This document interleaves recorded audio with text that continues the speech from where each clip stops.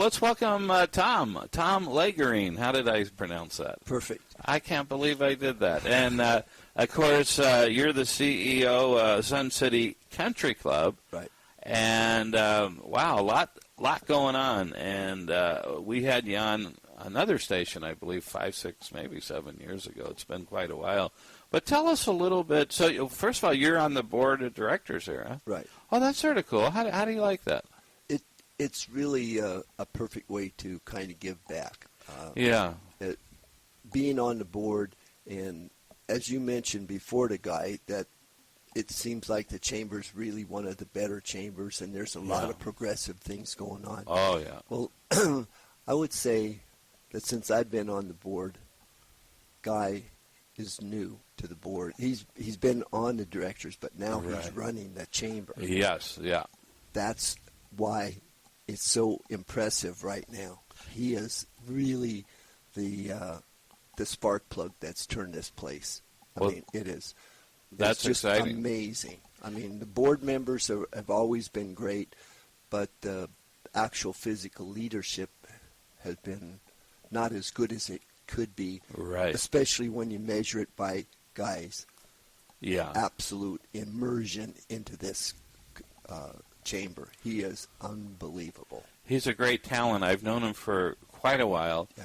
And he has a great personality, but he's also very directed and very innovative, creative, and passionate. There's the word. That's the word. Yeah. Passionate. And you got to love that, right?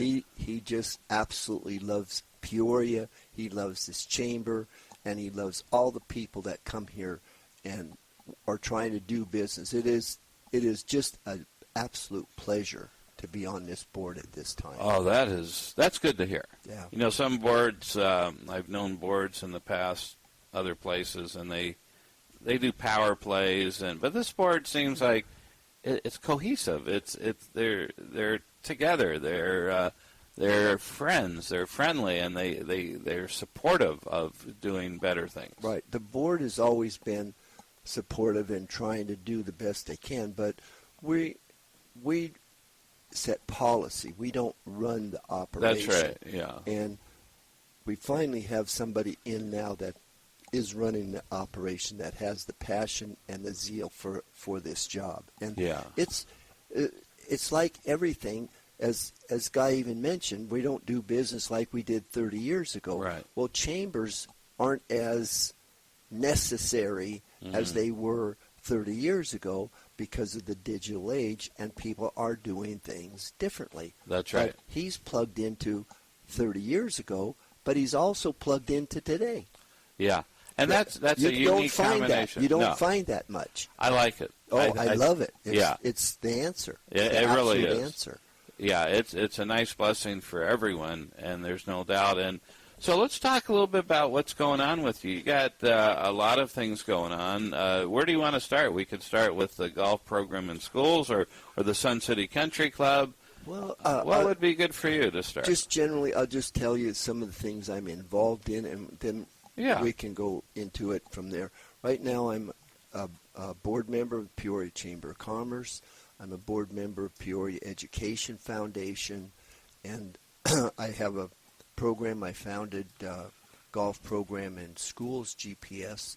It's bringing golf into the high schools.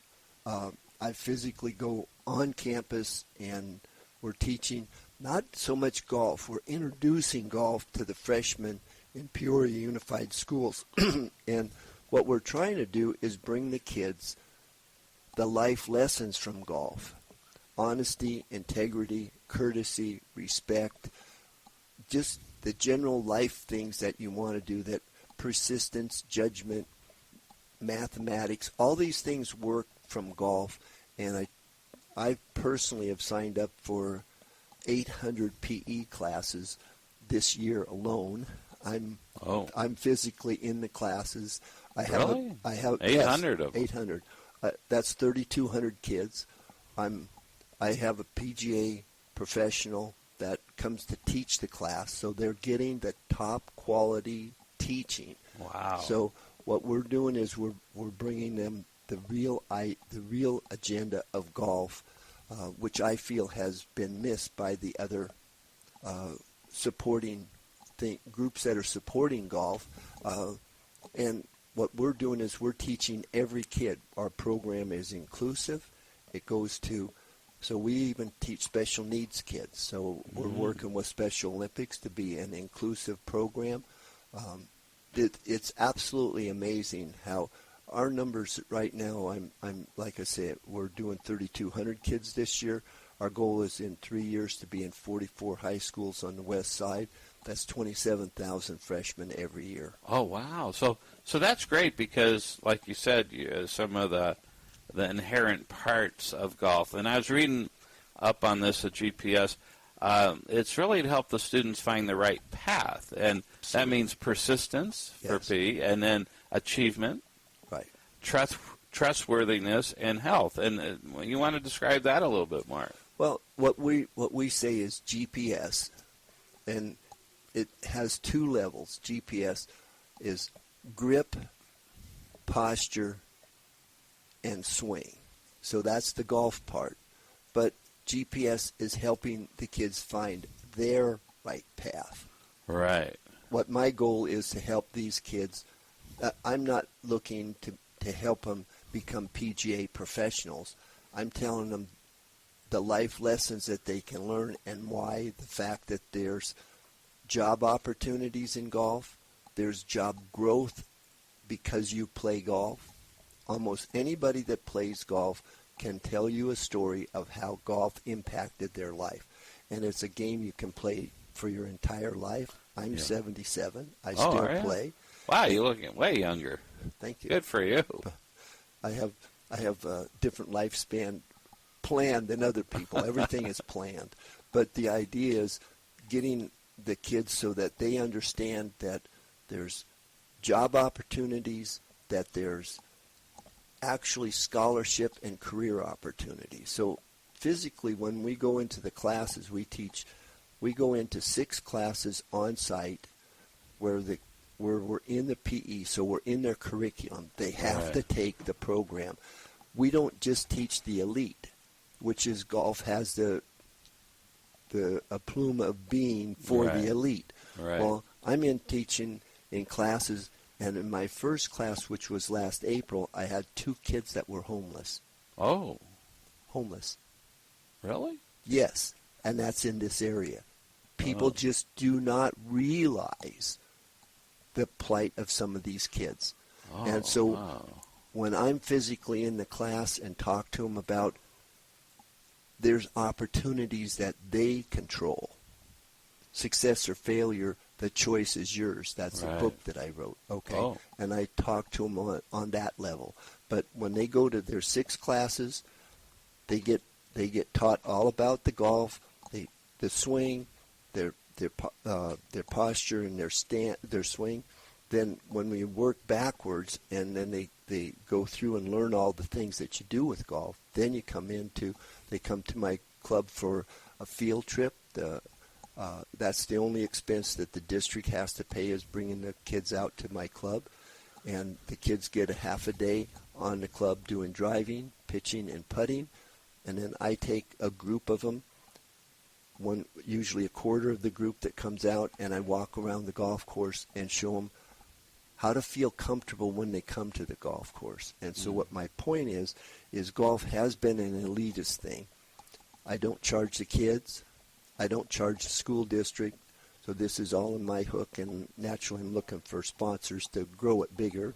But what they do is they get to know how to feel comfortable being at a country club. Oh, wow. And these are kids that our statistics show that less than 5% of them have played golf in the past, or even about 10% of them, the only time they've touched a golf club is when they were doing miniature golf or something like that, putt-putt golf.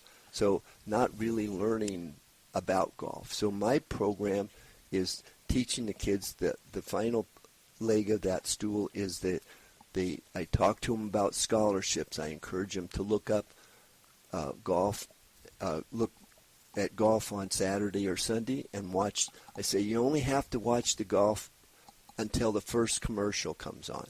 And when you see that commercial, I only want you to see, what are they advertising? Mercedes-Benz, Rolex watches. But they are not advertising Cocoa Puffs and home care products. And I want you to think of, what programs do you watch and what are they advertising? Because they think that whoever they're advertising to, they're reaching a market. So if you want to be in the Cocoa Puffs and home products, that's one place to be. So watch those programs if that's where you want to take your life. If you want to have people advertise to you to buy your next Rolex watch or your next Mercedes, then you better start thinking about golf and how it impacts your life and why those things work. So I tell them about scholarships. Every year there's $100 million of golf scholarships available. To colleges. To colleges. $100 million worth of. So when you tell me, oh, I got to save up money for my kid to go to college. No, you start them out, buy them a set of golf clubs, and get them out at my club for $5 every week. Yeah. and take a lesson. Saturdays at 9 o'clock, $5. Is it too late for me? No, it's never. Oh, now we're talking. You're younger than I am. Oh, good point. Hey, I should go out there. I used to play. Wow, it's been a long time, but usually, it was 18 holes, but it was a shorter course. Yeah. The longest hole was about 250 yards. Okay. Because I wasn't real good with the wood. Yeah. Okay. See, now, and that's all part of the golf idea of what I'm showing the kids is you don't have to be really good, and it's not an elite. It is an expensive sport, but it doesn't have to be. Right. And so what I'm doing is I start with the freshman class, and what I'm offering them is they go through my program. If you don't want to come to the field trip, you don't have to. So it's only by choice. So they volunteer to come to the country club and get their ideas about being at the club and how it feels to be there and how they should dress and how they have to act and how they have to interface respect and courtesy. Sure. That's very high on golf and from golf. So I show them all that, and then I say to them, if you come out, you'll get a certificate of completion from Sun City Country Club that say you've gone through this program, and you'll also get a card that says you're a junior member of Sun City Country Club. Oh, nice. What that does is in the summer times, you are allowed to play for free. Oh, wow. All you have to do is bring a person, an adult that's responsible for you, and they come and pay about $20 or $25 for the fee, and the two of you go out. I supply a golf cart, and you do not have to buy clubs because I will not rent you clubs. I will provide clubs for you to go out and play. Wow, that's a good deal. It is a good deal because I am trying to bring golf to everybody where it should be. Yeah. Everybody who wants to have a better life for themselves better learn how to play golf. I mean, sort of makes that's sense. what it is. Yeah, I'm going to have to get back out there. Well, if you think about it, there's 28 million people play golf. Name me a sport that 28 million people are playing it. That's just in the U.S. It's 60 million people in the world that play golf. Wow. It's mostly for the upper income groups. I gotcha. It's the highest economic demographic in the United States. Interesting. So that's why golf, you look at the commercials on it, and who are they advertising to? They're not advertising to the Cocoa Puff people. No, I come to think of it, you're right. As I'm thinking back when I've watched golf, that's true. See, and this is what I'm telling the kids. And I say, look, when you come out, you get your junior membership card. Now, just remember, it's already sifted that I'm getting about 60% of the kids that come out. Mm-hmm. So 40% are going to go on and do what they want to do anyway. Right. Then of the people that go through it, I've gotten as high ratings as high as 89% of the kids say they liked our program and they are going to keep golf in their life. there's no other statistics. Nobody's got statistics like that. Yeah, That's because, again, I have the passion, and I'm giving it to the kids. That is for free. That is really exciting. And I'll tell you what, let's go on a quick break. When we come back, let's talk a little bit more about the country club, what other, membership, how the whole thing works, describe what it looks like, and because everyone has an idea what country clubs are, but I bet they're different in a certain respect. And this is Breakthrough Thinking, brought to you by the Breakthrough Thinking Broadcasting Network, the Peoria Chamber Radio Hour. Our special guest, CEO of Sun City Country Club, Tom Loegering, and we'll be right back. And welcome back again. You're listening to Breakthrough Thinking. This is the Peoria Chamber Radio Hour, brought to you by the Breakthrough Thinking Broadcasting Network. I'm Dave Isaac, and we are here with special guest, CEO of Sun City Country Club, Tom Loegering. And fascinating so far. We've learned quite a bit on how you're helping kids. Their future is so important. This is really exciting. If you want to hear a replay of this, go to breakradioshow.com under Archives, under Breakthrough Thinking, actually under the Peoria Chamber Commerce Radio Hour, and then you will find the replay of this radio broadcast. So, Tom, tell us a little bit about your country club in general, just what it's like, sort of a description so people can get a feel of what it is that you have to offer. Okay, I have a passion for the country club. Sun City Country Club this is its 50th year. November 19th will be 50 years, and there's not a lot of businesses that have survived for 50 years. Oh.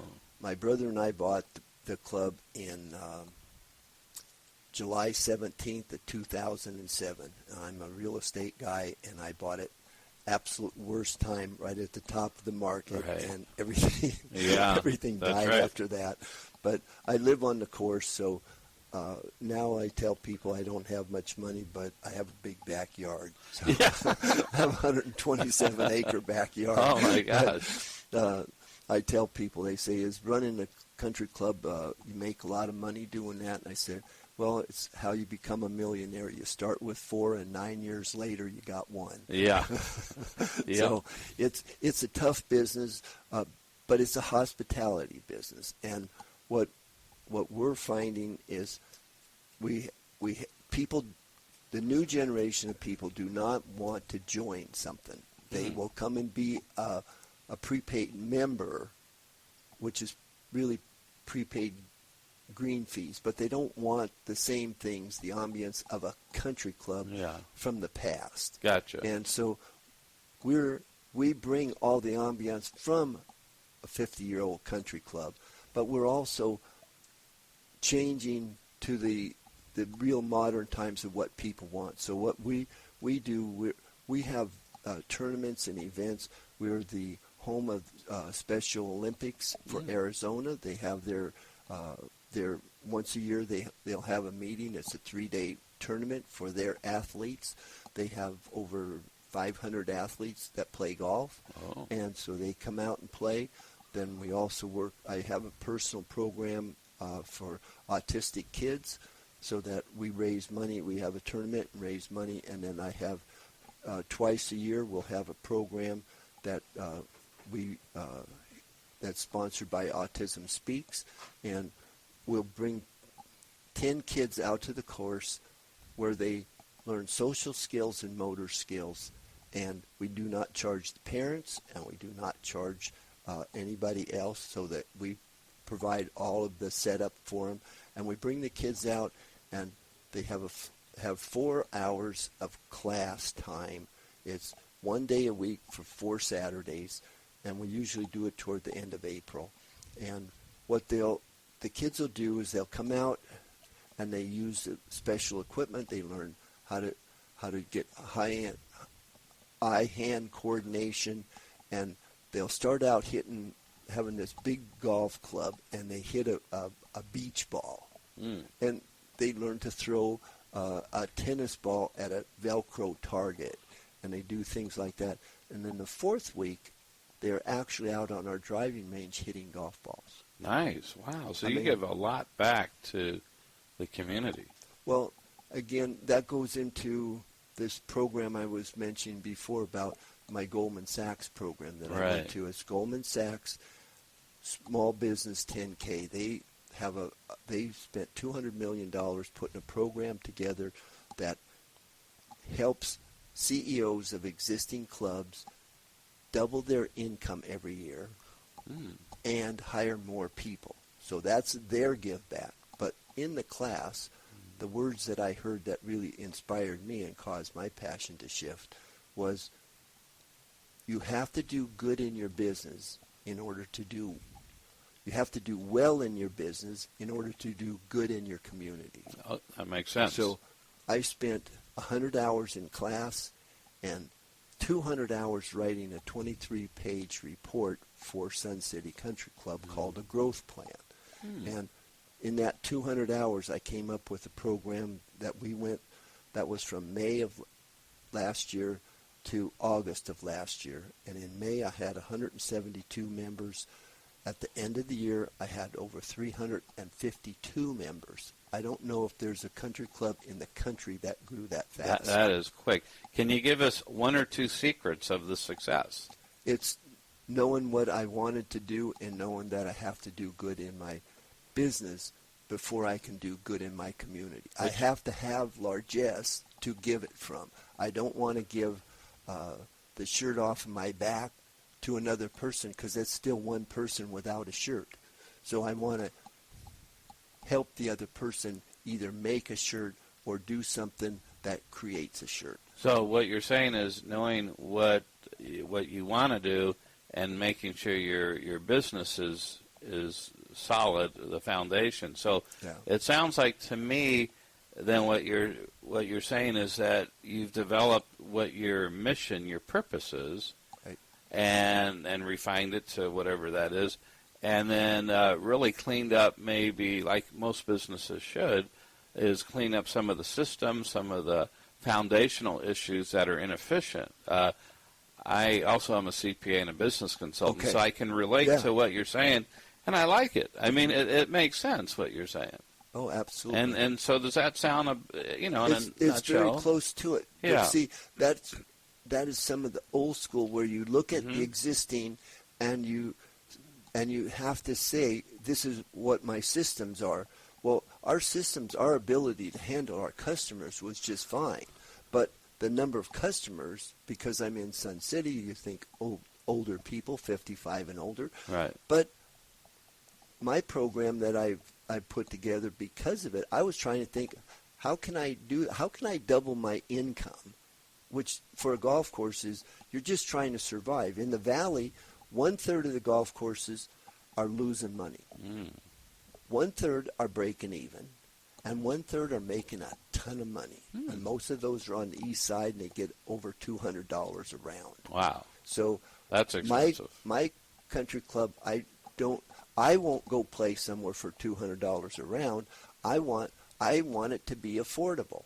So I have to figure out, maybe I'm just cheap, but I don't think people should have to spend that much to play golf. Right. And so I'm trying to bring a program, and that's what led to my GPS program as part of my growth plan for the club was to make enough money there so I could introduce kids to golf where it won't cost them a lot of money or any money to learn to play golf. And thus their parents might be interested too. That's the whole point. That's a very interesting concept. Now, it sounds like a great country club. So you can rent out places for parties even? Oh, yeah, there parties. We have a lot of people will have weddings there. Different people will have business meetings, and they'll rent a room. So there's a small room, I think, is up to 60, and then another room is about 200, and then you have another room that total you can get a restaurant, lounge, and a ballroom. They have dancing, and they have karaoke on Mondays. And oh, really? So you got a variety of things going. It's a total business. I'm going to have to come by. Absolutely. That's sounds what fun. We're trying to do is get people to come by. Yeah, I think that is cool. Now, on the break, you said something fascinating to me. I've always heard a lot of people play golf to generate business, whenever they play a Friday afternoon or the weekend, and they invite a potential customer or maybe a potential employee, maybe a merger, potential partner. But what you said was fascinating to me, that you can tell a lot, in fact, a huge amount of information from when you play golf with someone. You could tell a lot about their character, personality. Describe what you said to me. I thought it was amazing. Well, you start with who were playing golf at first. It wasn't the poor people, it was the rich people. And primarily the people that had gone from the upper class down into that real affluent middle class or upper middle class. They played golf. And the reason they do it is because it was an exclusive type of a thing. You couldn't join a country club unless you were invited. And then you had to be voted on by the members to see if you qualified to be at the country club. Well, those things, with the digital age and the way things are going today, people don't care about that. Yeah. But golf and the ideas that work in golf still work. So the wealthy people, the reason they wanted to have this exclusiveness is that when they brought somebody in that they wanted to do business with, they would take them out on the golf course. Now, they already figured out that they could make money with this person. So now I want to see if that person is the one I want to do that business with. So I would take you out, and when I'm in my GPS program and I talk to the kids, I say, I can find out anything I need to know about you on a golf course. When we go out and we're playing, I can find out if you have anger issues. I can find out if you're aggressive. I can find out if you're timid. I can find out if you cheat. I can find out anything I need to know about you on a golf course. Because golf, if you takes a second and a half to swing your club, so 100 strokes, that's 2.5 minutes. Well, we're out there for 4.5 hours. Yeah. I'm interviewing you the whole time. I'm not playing golf. I know how I play golf. Not that well, but I enjoy it. And the point is, I'm finding out who you are. So I think that's fascinating. I never thought of it that way, and I think that's remarkable because it's a natural instinct. I mean, if someone slices or, one of the shots into the lake, how do they react to that? How do they deal with it? Yeah, how do they deal with it? Or, you said earlier, are they, they're behind the tree, and do they kick it a little bit? Yeah. Well, how did that happen? Sorry, I didn't mean to kick the ball. Yeah. I think there's an enormous amount. And also, the other thing you said was really interesting. If they're behind the tree and there's a fork in the tree, will they take that shot, a risk move, an aggressive move, direct, or will they, will they be... chip out into the fairway. Chip it out and not aggressive. Yeah. But of course, it will depend on the score, perhaps, too. So well, it does that, but it shows their thinking. Yeah, strategic versus not, versus risky versus aggressive. Right. All that stuff comes out, and I'm evaluating on every shot. I think that's fascinating. I definitely need to get back into golf. You need to take people you want to do business with. Yeah, to the golf. Yeah. But get your game up so that you're not worried and mad about your game. That's right. Yeah. Where you're being overly aggressive. So you have to get at peace with your game, and that's why you come out to the country club on Saturdays at 9 o'clock and have a $5 golf clinic with one of the best teachers in Arizona. Oh, wow. Our PGA Pro, Bob Bleen. Oh, really? Yeah, he's excellent. Yeah, I think it really is, fascinating, the possibilities of golf. And plus, it's good exercise. You're outside.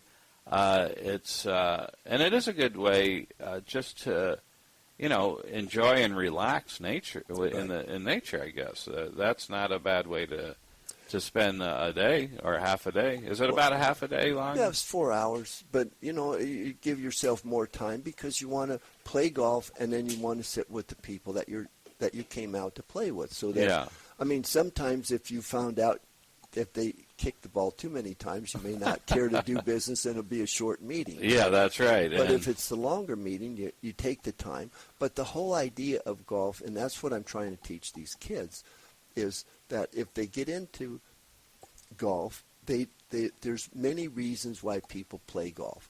First of all, it's a sport that can be played your entire life. There's 28 million people in the U.S. playing golf. It's the largest participation sport in the world. Oh, wow. I mean, that's huge. You can't play soccer when you're 77.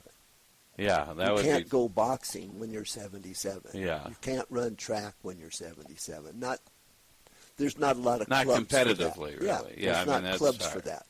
But golf, I can be competitive in other groups because of a golf handicap. That makes sense, doesn't it? So that's why there's different places that you hit from on the golf course, so you can play from the forward tees. We used to call them the ladies' tees. Now they're the forward tees because ladies can sometimes outdrive the men. So we don't get into ladies and men's. We go forward, and that's the red, and then there's white, and then we have the blue tees for the heavy hitters, and the other people that there's even one that's called play it forward. So when you're older, you can play forward. That's the gold tees, and it shortens up the course because instead of trying to hit a real long drive, they don't hit it as far anymore, but they're straight. So. Yeah, see that's good. Wow, we're almost at the end of the show. I do want to mention real quickly a couple movies that had golf scenes in it. Happy Gilmore was one of them, and the other one was Sideways. There was a portion where I don't know if you remember that with Paul Giamatti and what was the other guy? Hayden Church. Forgot his first name, but great movie, up for best movie of the year. It did not win. I would have picked it. However, does that hurt when there's funny movies like that? Well, even everything helps. It just when it brings people's awareness to golf. Sure. But like Donald Trump owns 19 golf courses. Oh, does he?